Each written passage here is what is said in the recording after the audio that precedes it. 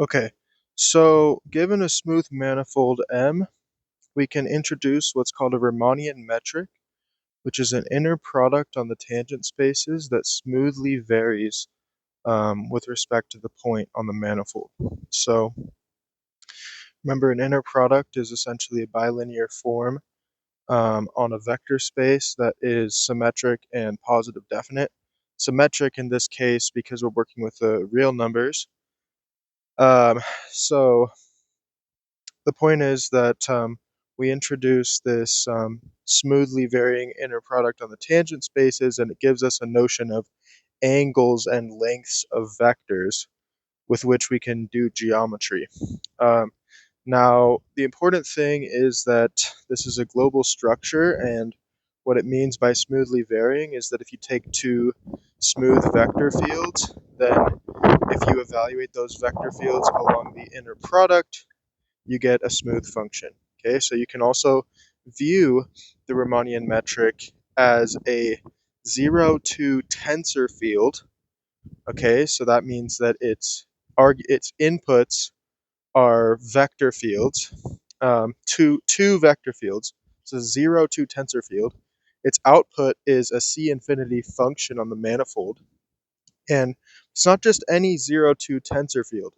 It is a positive, definite, symmetric 0 to tensor field on our manifold. Okay, and note that other important structures in physics are also given by specifying a special tensor field, such as a Poisson structure, which, that was just a side note of the lecture notes by Wang, which is what I'm using. So a lot of these important structures on our manifold are going to be defined by essentially a special tensor field. Now, okay, so being a tensor field, then this Riemannian metric is independent of the choice of coordinates. Okay. Now, if we choose a coordinate patch, we can express we can find a basis for these tensor fields induced by the basis of the tangent spaces. Okay, so essentially, assume we have some coordinate patch phi comma u of our manifold, and then essentially we can the inverse map of phi is going to be a map from Rn into the manifold that pushes forward the canonical Euclidean basis onto a basis for the tangent space of the manifold. And we can evaluate G on this basis. And evaluating G on this basis, so G evaluated on partial I comma partial j, will give us the components Gij of the tensor adapted to that basis. Now notice that that basis is going to produce essentially a basis for the tensor field itself. Okay, so that's an important thing, is that essentially you can express this locally. You can express the Riemannian metric as this the sum over the components Gij of the basis vectors Ei tensor Ej, the basis which form a basis for the tensor product of the tensor product of the tangent bundles Tm tensor Tm. But the important thing is, it's local, so it's not actually a global tensor product. This is only a tensor product that, or we're only kind of we can only construct this basis uh, for the tensor fields on the manifolds locally. There's not necessarily a global basis. For example, on the sphere, right? There's no global smooth vector field on the sphere. It's like the Hairy-Ball theorem. There's no global vector field on the sphere S2, which is non-vanishing. Because if there was a vector field, which was essentially that this is a deep result.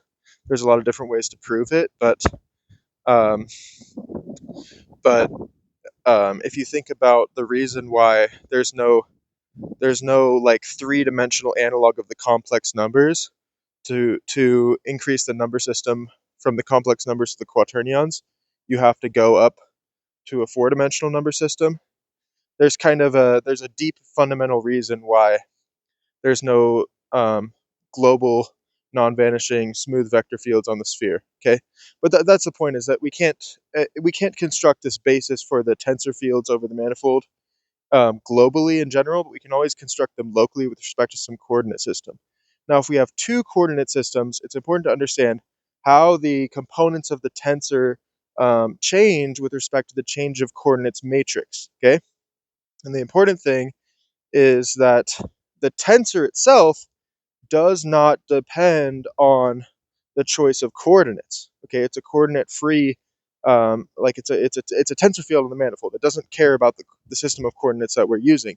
So when we look at how the components of the tensor transform, okay, in a coordinate transformation, we're going to see that they transform in such a way to keep the inner product of two vector fields invariant under the coordinate transformation. Okay, so the components of the tensor are going to transform not in the inverse, but essentially dual to the transformation of the basis vectors. And dual, I'm saying that that's not like the mathematically correct term, but they're going to transform in such a way such as to preserve the inner product, which is an invariant with respect to some change of coordinates. Now, if we express the tensor, if we choose local coordinates and express the components of the metric tensor as a matrix, then if we conduct some coordinate transformation, that coordinate transformation will have a Jacobian matrix associated to it. And it turns out that um, the components of the transformed metric tensor are given by the conjugation of the components of the original metric tensor against the Jacobian its transpose. So that's G tilde ij is equal to J transpose Gij J.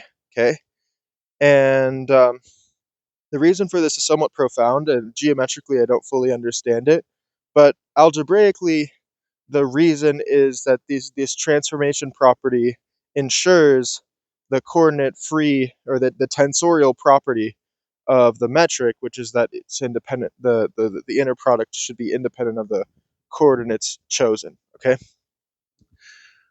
all right, so now there's a few definitions we should mention. So let's talk about equivalence of Riemannian manifolds.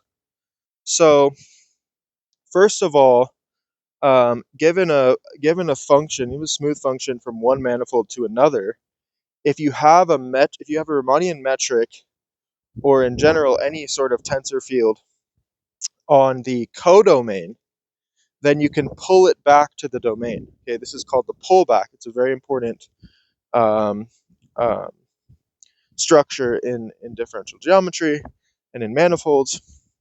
So the way this works with the metric, let's say, is if we have, let's suppose we have a map phi from a manifold M to a manifold N, and both M and N have Riemannian metrics. Okay, but let's suppose that let's focus on the Riemannian metric of the codomain N.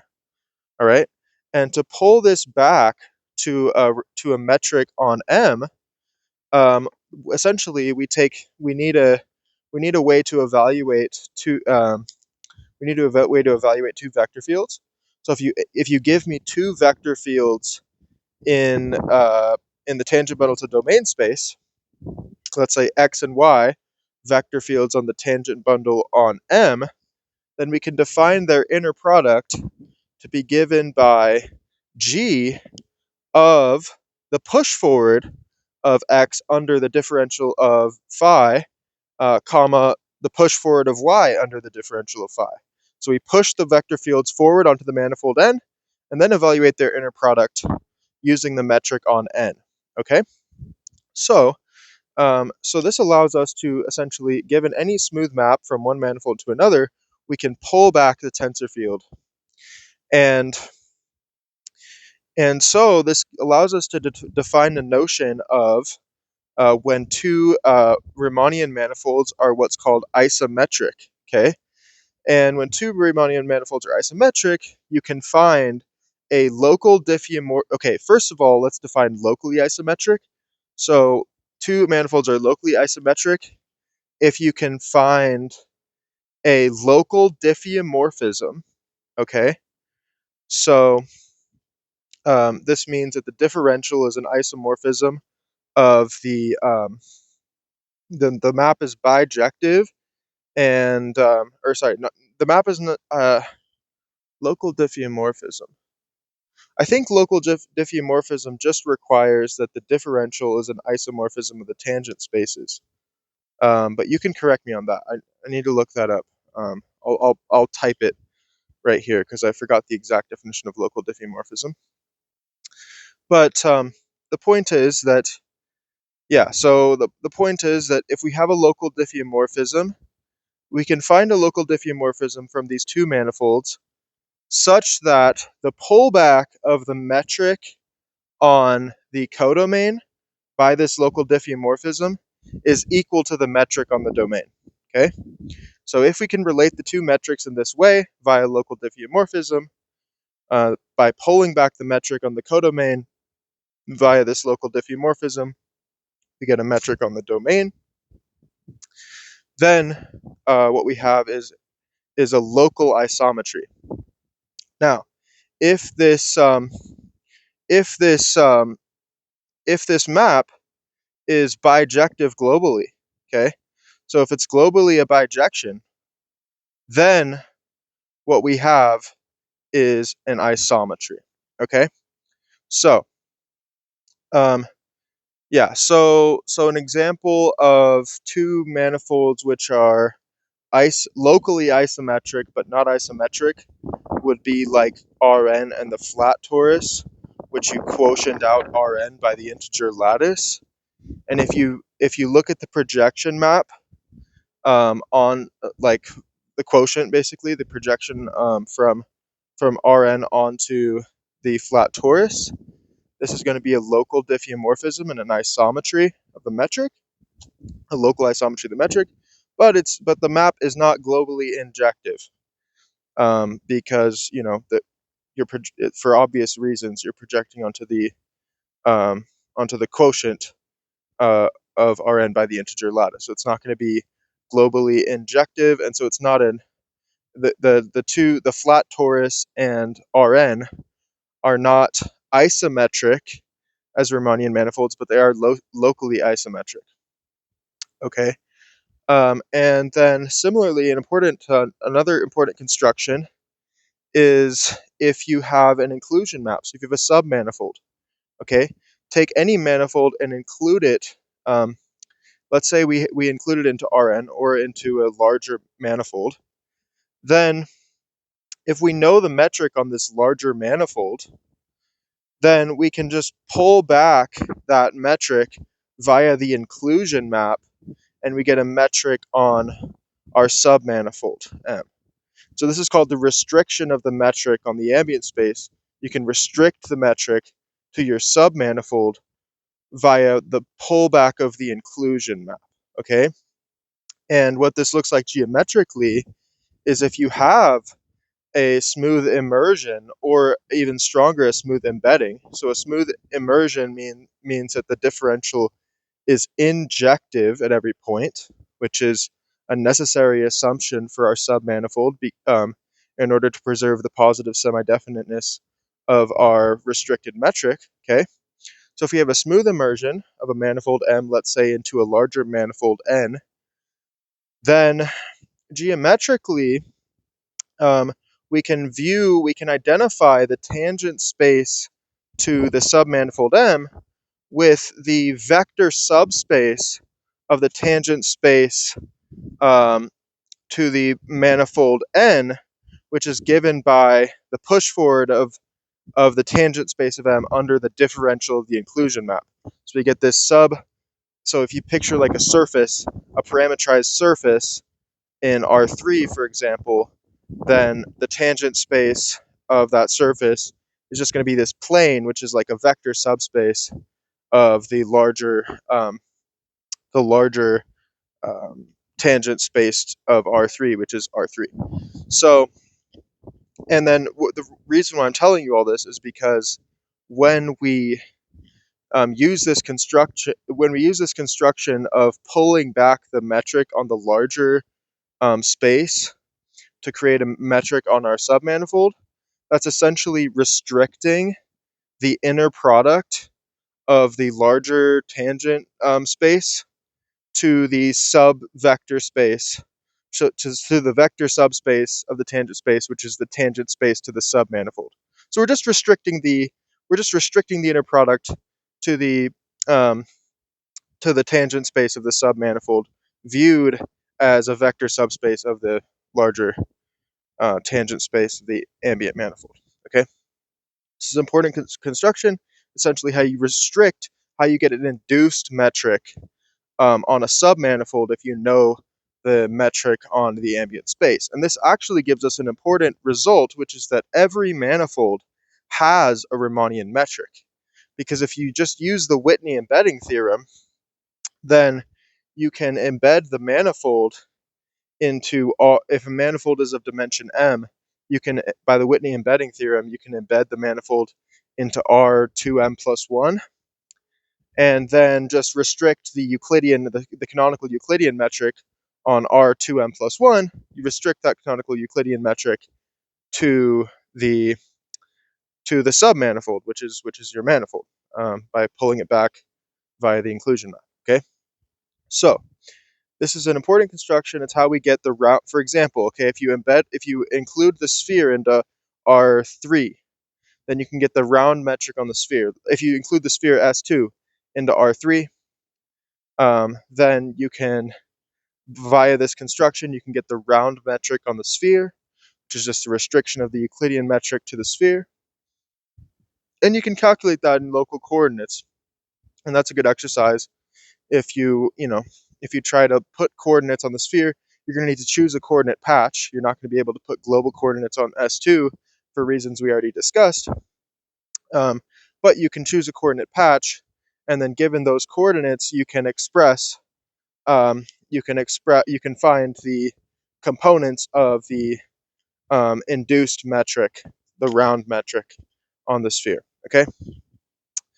All right. So yeah. So what's next? Okay. So the important thing is that any manifold has at least one Riemannian metric, and it will have many.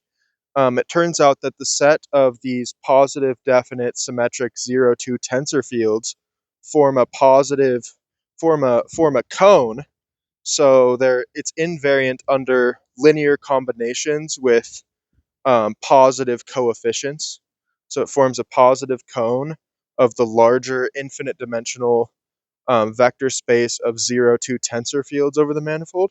Okay, and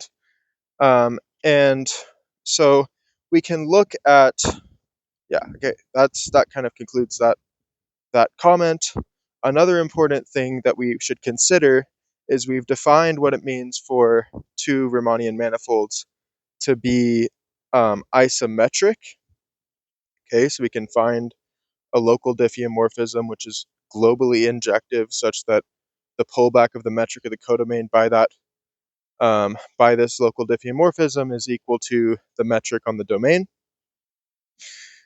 So if we have two manifolds that are isometric, turns out that these isometries, they satisfy nice composition properties. So like if you have an isometry in one direction, then the inverse of that map will also be an isometry. This is the key difference between that and the local isometry, is that an isometry is globally bijective, so you can define its inverse, and its inverse will also be an isometry. Okay, and they satisfy a group property under composition as well. So if you compose, let's say that we have three manifolds now, M, N, and P. If we have an isometry from N to N, and then an isometry from N to P, then the composition of those two isometries will be an isometry from M to P. And so, and then think that's, what are the group laws? We need inverses, we need associativity, and we need an identity. And of course, any Riemannian manifold is, if you just use the identity map on the manifold, that's going to be an isometry manifold to itself. So they satisfy a group property. And also, if we just look at this, if we fix the manifold, so now let's fix the manifold M, and let's equip it with a Riemannian metric G. So now we have a Riemannian manifold M. We can look at the group of isometries of the manifold to itself, okay? Of the Riemannian manifold to itself, okay? So if we look at this isometry group, it turns out this isometry group has a very nice structure. And there's an important theorem that in the setting of a compact manifold, I'm not going to state this theorem exactly correctly. If you want the exact statement of this theorem, you should check out Lecture 2 of Wang's lecture notes. I'll post the link in the description of this video. These are the notes that I'm studying from, and I'm making these, for those of you who are watching, I'm just making these videos mainly for self-review, but also to anyone else who's interested. You're welcome to listen, and I hope you learned something. But I'm mainly using these videos for myself in order to kind of review the material that I'm studying. So, okay, so there's this theorem which basically says that in the setting of a compact manifold, turns out this isometry group equipped with right topology is also compact, which is very different from the diffeomorphism group. The diffeomorphism group on the manifold is going to be much larger and much more wild, whereas because there's these local geometric invariants and the isometry group must preserve these local geometric invariants, it turns out it's a much more rigid and structured group. And the Lie algebra, it's a Lie group. It actually has a Lie group structure, and it acts on, basically because you can compose these isometries and they satisfy these group properties. It acts on the manifold, right? In an obvious way, because you know every isometry is going to act on the manifold, just by literally doing the action of the isometry on the manifold. Okay, so it satisfies. It has this Lie group structure. It has a structure of, actually you can put the correct structure such as a compact Lie group if your manifold is compact. And the Lie algebra is going to be, which is the tangent space of the identity. Remember, it's the tangent space of the identity, is going to be this set of what's called killing vector fields, which are vector fields whose local flow is an isometry. So these killing vector fields somehow represent the symmetries of the manifold. If you want to think about it in terms of physics, these are like symmetries of the manifold. Now, if you just look at the larger diffeomorphism group on the manifold, it's going to be a huge, much larger group with an infinite dimensional Lie algebra.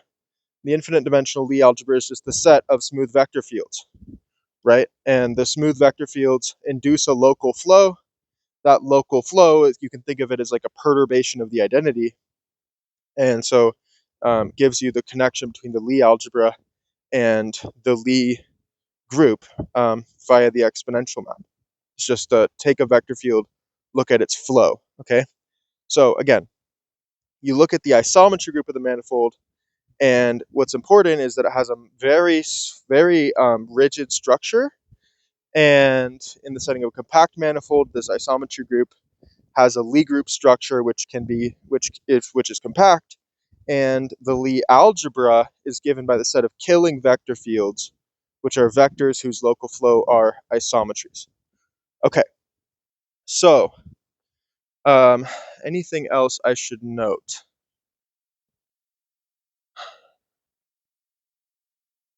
Oh yeah, so the last key point is so there's something called the musical isomorphisms, which are essentially, if you look at the tangent bundle to the manifold, okay, and then you look at the cotangent bundle, okay, to the manifold.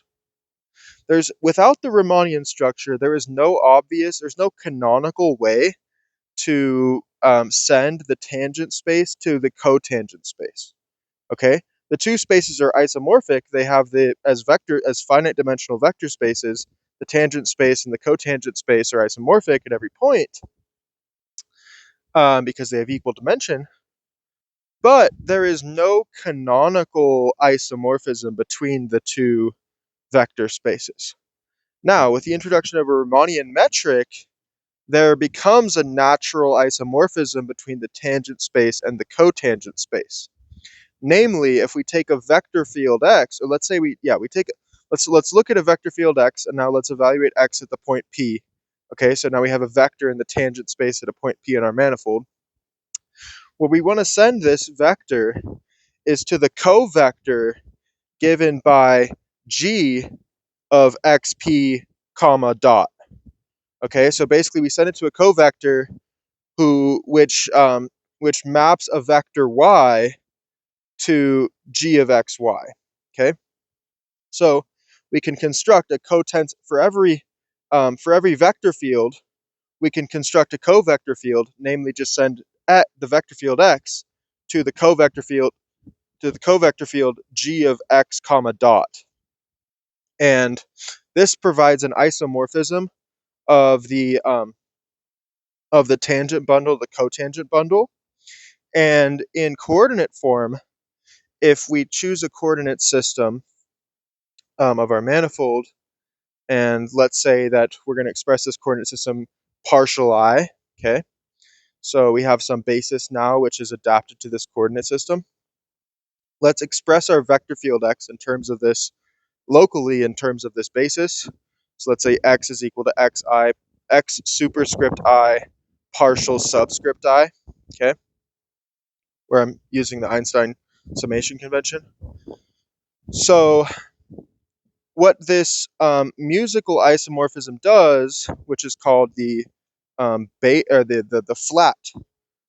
isomorphism, sending the tangent bundle to the cotangent bundle, in components, it's going to send xi partial I to g of let's see, x. So x has a superscript I, partial I has a subscript I, because the components of vectors have superscripts, and the vectors themselves have subscripts.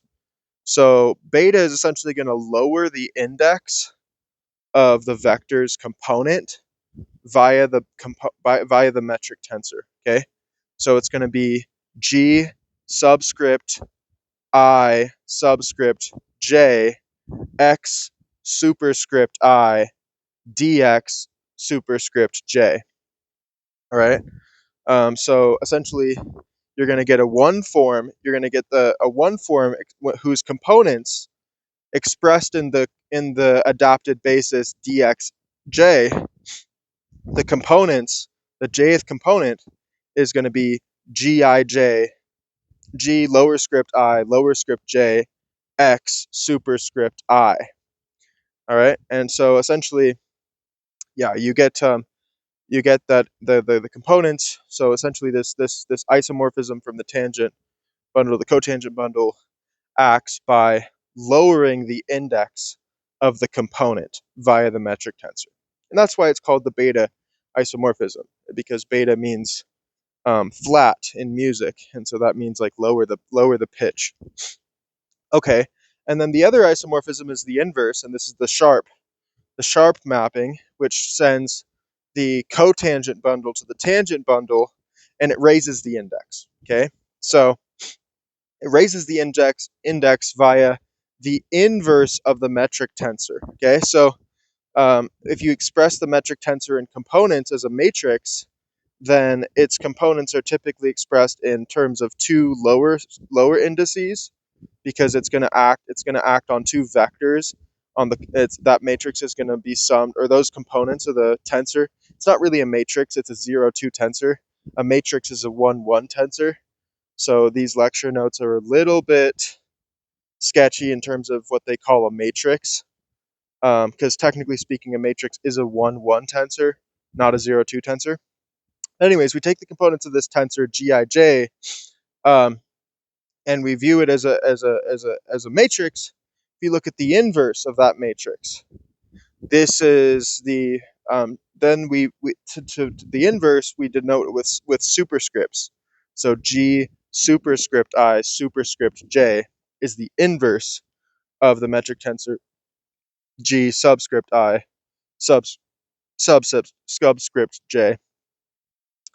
Um, and so this sharp isomorphism from the cotangent bundle to the tangent bundle acts by raising the index of the component of the covector field. Okay, so the covector fields, their components have lower indices, and the basis covectors have upper indices. So like the basis covectors, like dx superscript j, the components are going to have a subscript j, and then this sharp isomorphism acts by raising the index by essentially multiplying by G superscript I superscript J, which is the inverse of the metric tensor, and summing over J. Okay. All right. So then if we express our covector as, let's say, X or capital X subscript I dx superscript I, then the image of this covector will be the vector whose components are G superscript I superscript J X subscript I dx subscript J. Okay. And you can see the lecture notes to look at the exact definition. But the important thing is that we're to this isomorphism from the cotangent space to tangent space in component form, it raises the index by the inverse of the metric tensor. Okay. All right. So that should be enough for now. Have a nice day.